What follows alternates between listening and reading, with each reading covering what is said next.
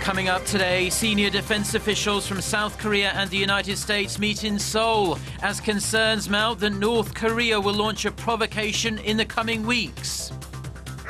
North Korea gives an international news network a rare look at its new satellite control center. Officials there say they are ready to launch a rocket into orbit soon. Plus, the CEO of Volkswagen resigns following the scandal surrounding the emissions of its diesel cars. Stay tuned for these stories and more.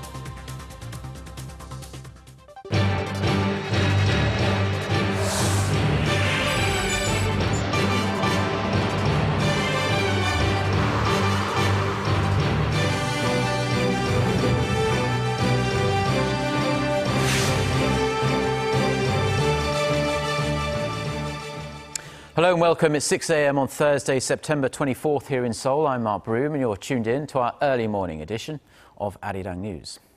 We start with the high-level defence talks happening in the South Korean capital. Deterring and countering the nuclear and missile threat posed by North Korea topped the agenda on the first day of the meeting. There is growing speculation North Korea will carry out a provocation of some sort next month. Connie Kim starts us off. Discussing efforts to shore up the South Korea-U.S. military alliance and ways to counter North Korea's nuclear and missile threats topped the annual senior-level defense dialogue on Wednesday. Seoul's Deputy Minister for Policy at the Defense Ministry, Ryu Jae-sing, led the South Korean delegation at the Korea-U.S. Integrated Defense Dialogue. The U.S. was represented by Abraham Denmark, Deputy Assistant Secretary of Defense for East Asia, and Elaine Bunn, Deputy Assistant Secretary of Defense for Nuclear and Missile Defense Policy. Stressing that strengthening combined defense readiness is a purpose of the defense talks, Yu said deterring North Korean threats is the most important issue. With North Korea's nuclear and missile threats on the rise, building up the South Korea-U.S. combined deterrent power and defensive strength is most important. Due to the instability on the Korean peninsula and referring to North Korea's landmine provocation at the demilitarized zone last month, Denmark also agreed on building a strong South Korea-U.S. alliance. These provocations are another reminder of how dangerous things can be here in the Korean peninsula and how a highly ready force in support of a very strong ally is absolutely necessary to keep the peace. The timing of the annual defense meeting is significant as speculation grows that North Korea might launch a long-range rocket next month to commemorate the founding of the ruling Workers' Party. And this is why Seoul and Washington will discuss the 4D strategy that urges the allies to detect, defend, disrupt, and destroy North Korean ballistic missile threats during the talks.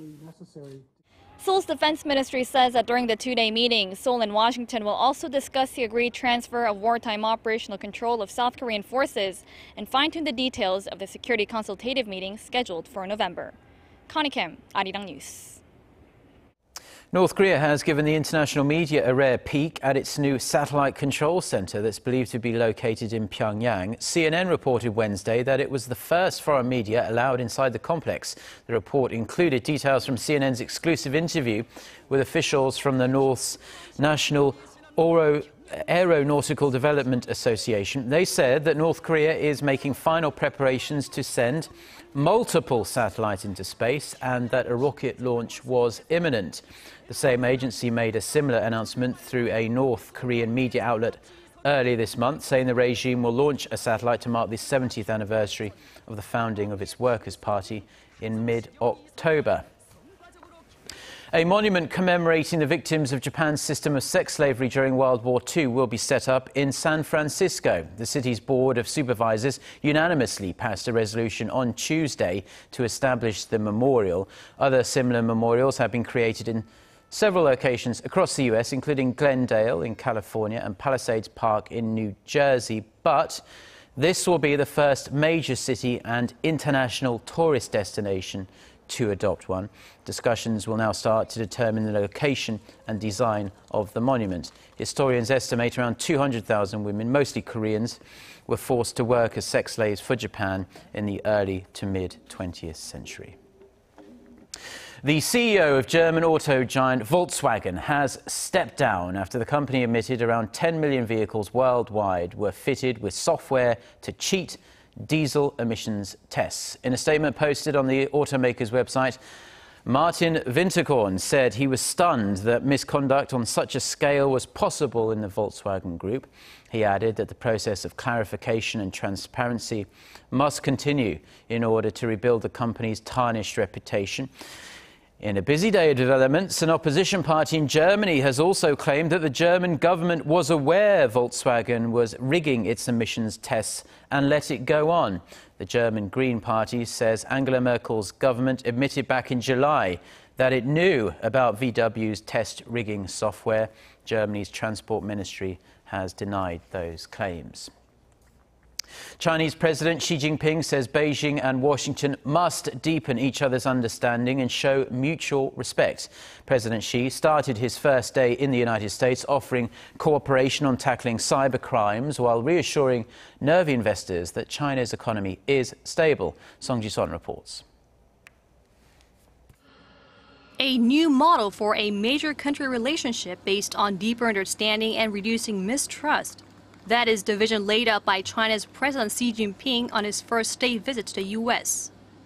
Warning that a clash between the world's two most powerful countries and biggest economies would result in disaster, Xi called on Washington to better understand each other's strategic intentions.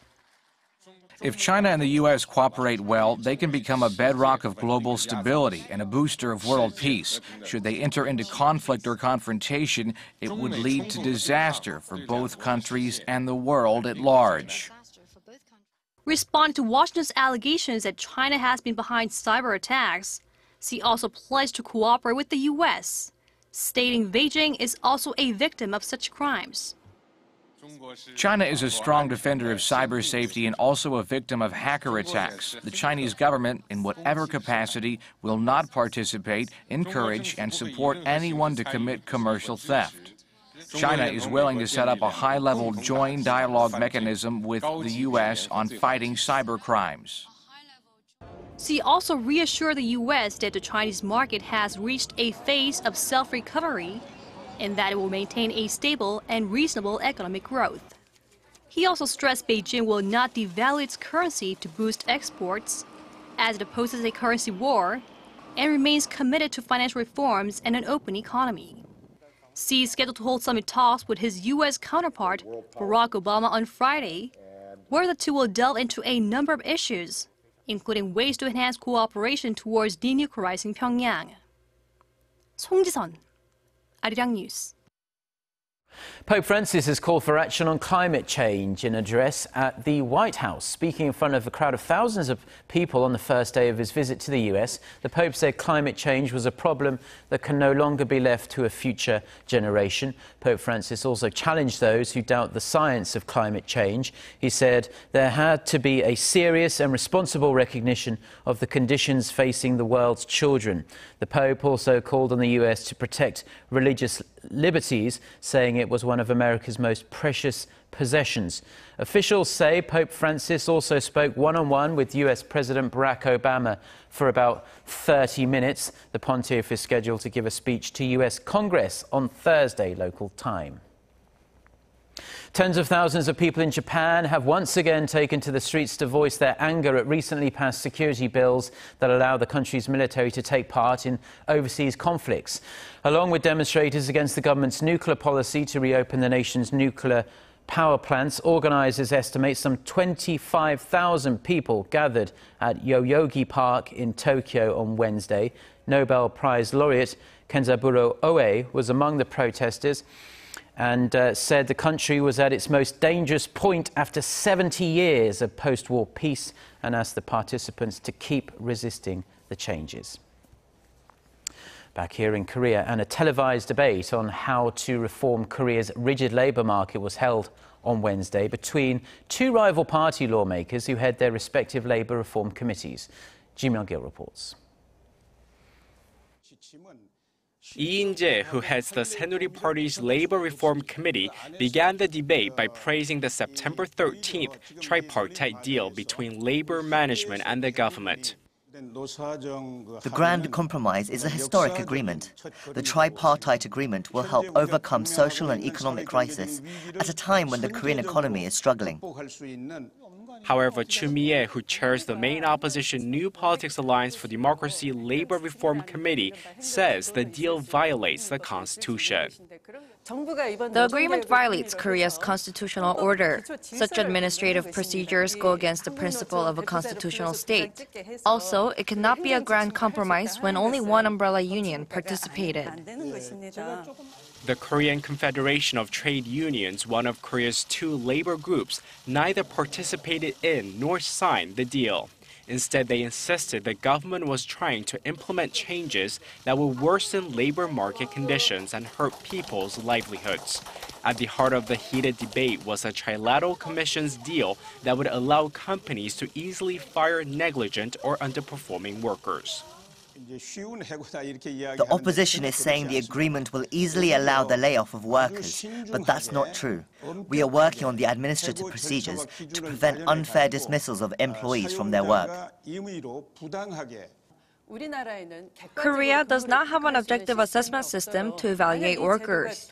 If we allow companies to easily lay off workers, then employees who are unable to go along with their superiors or women who come back from maternity leave could be targeted. Chu said easily dismissing workers and extending the employment period of temporary workers was not the essence of labor reforms, as it would only instigate job instability. He stressed that it was now time for the National Assembly to do its part in legislating bills, while Chu emphasized that talks have just begun. Kim Young-gil, Arirang News.